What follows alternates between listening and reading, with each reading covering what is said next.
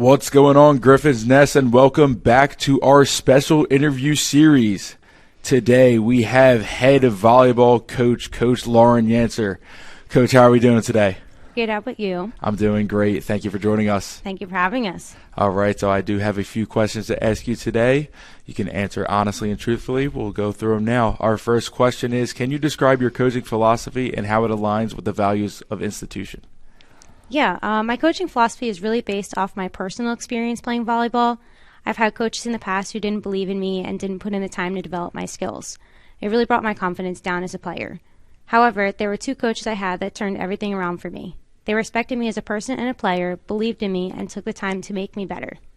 With that said, I'd say my philosophy is based on respect and development for each player. Two of the university's core values are integrity and respect. I continuously stress the importance of respecting one another as teammates and as people, and also respecting the coaches and the decisions made. I encourage an open flow of communication so there is a level of comfort and respect.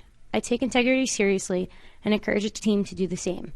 I hold them accountable in terms of the goals and expectations set forth at the beginning of the season.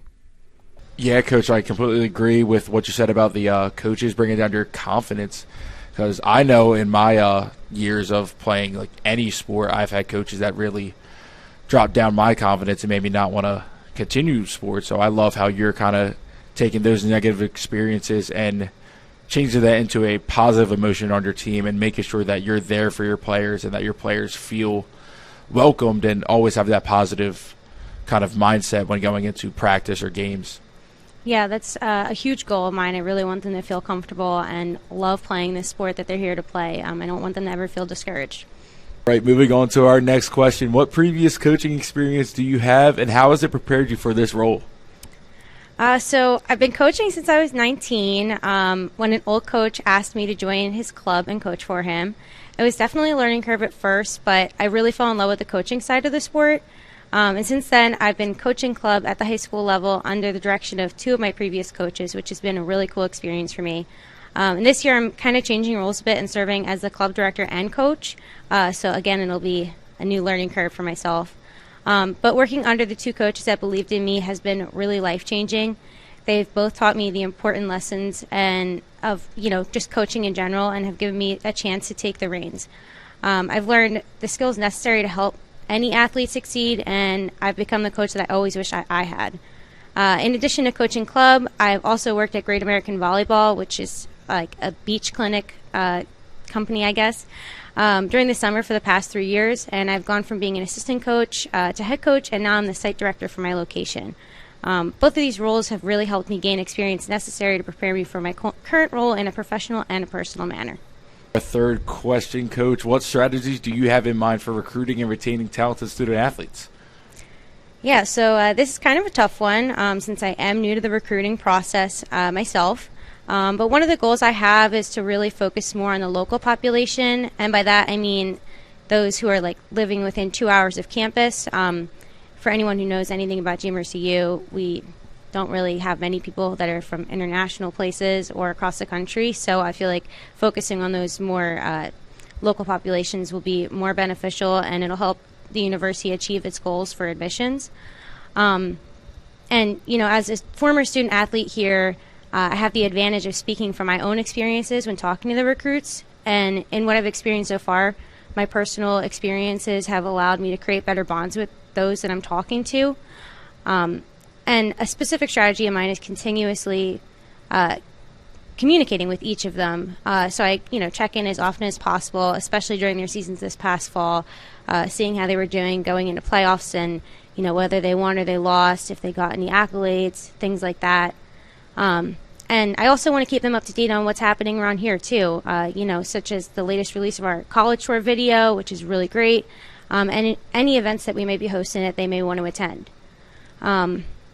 In terms of, retaining student athletes, my strategy, again, is to continuously communicate with them, even in the off-season. I think it's important that I check in periodically to see how things are going, to show that I do care and I do support them, both, athletically and academically. I think it's awesome how you use your personal experience, because I know during my recruiting process, I didn't do it overnight. It was COVID year, so it was really hard to do a lot of things here. And it was open house, so I got a brief time with Coach Dana at the time. But I think talking to the actual student athletes there, it really kind of showed what Gwen and Mercy truly was, not just on the surface level. So I think the way you're incorporating that as a coach probably definitely makes these recruits feel more at home and in tune with the whole, like, what G Mercy U is, not just as an institution, but as like a family, like social life and everything else that goes around. Yeah, I always try to tell them that, like, I'm not trying to sell the school like maybe other places are trying to do. I just genuinely do have a love for being here and for the school. So everything I say to them is 100% from the heart. Can you share an example of a challenging coaching situation you've encountered and how you handled it? Yeah, so I think this season has been a challenge overall.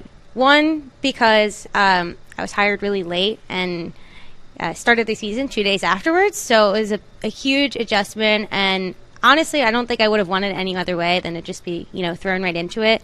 But I'd say the biggest challenge is probably just my age and how close it is to the girls on the team, given that I only graduated 2 years ago.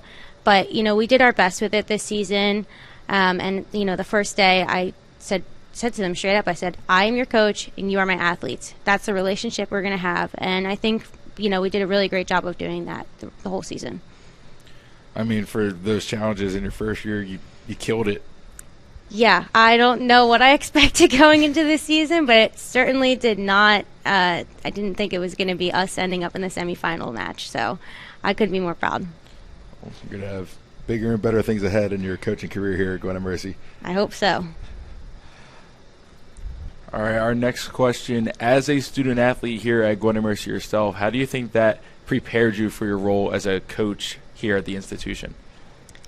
I think that helps me in a lot of ways. Honestly, I never really thought that I would, have the opportunity to have this job, but it kind of just knocked on my door, and I went for it, and here I am. But I really do think that my experience as a student athlete has helped a lot. I know what it takes to be a student and an athlete here on campus. I'm very close with all the professors here, so if any of the girls ever need any help or assistance or extra support, I can reach out to their faculty on their behalf, help them out in that way. And I share that with all of the recruits as well, like I said earlier. And I think that really gives them a new sense of comfort coming here, because I am another resource for them that has gone through the same exact thing that they're going through at the same exact place. So I think it's just really beneficial, and I think that worked to my advantage this season.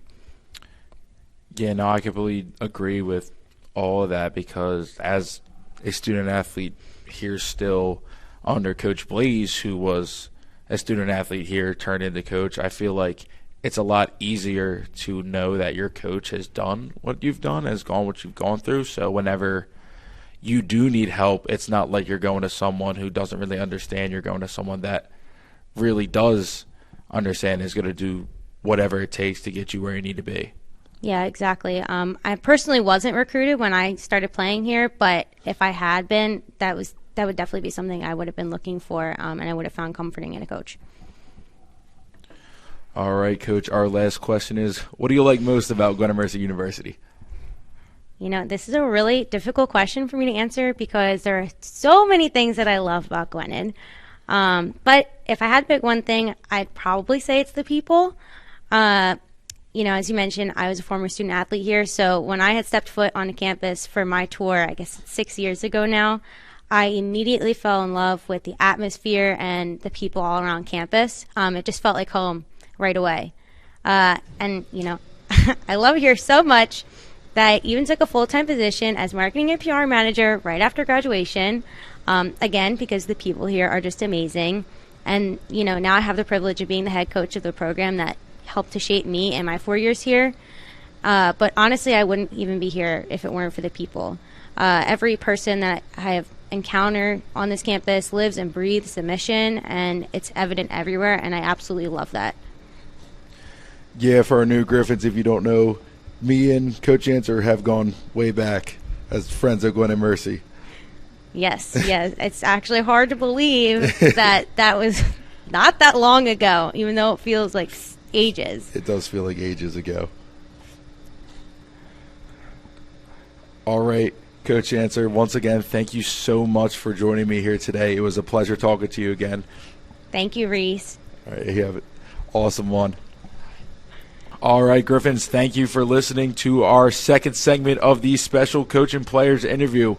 Make sure to tune in to this week's episode of the Griffins Nest coming out shortly after this. And most importantly, go Griffs.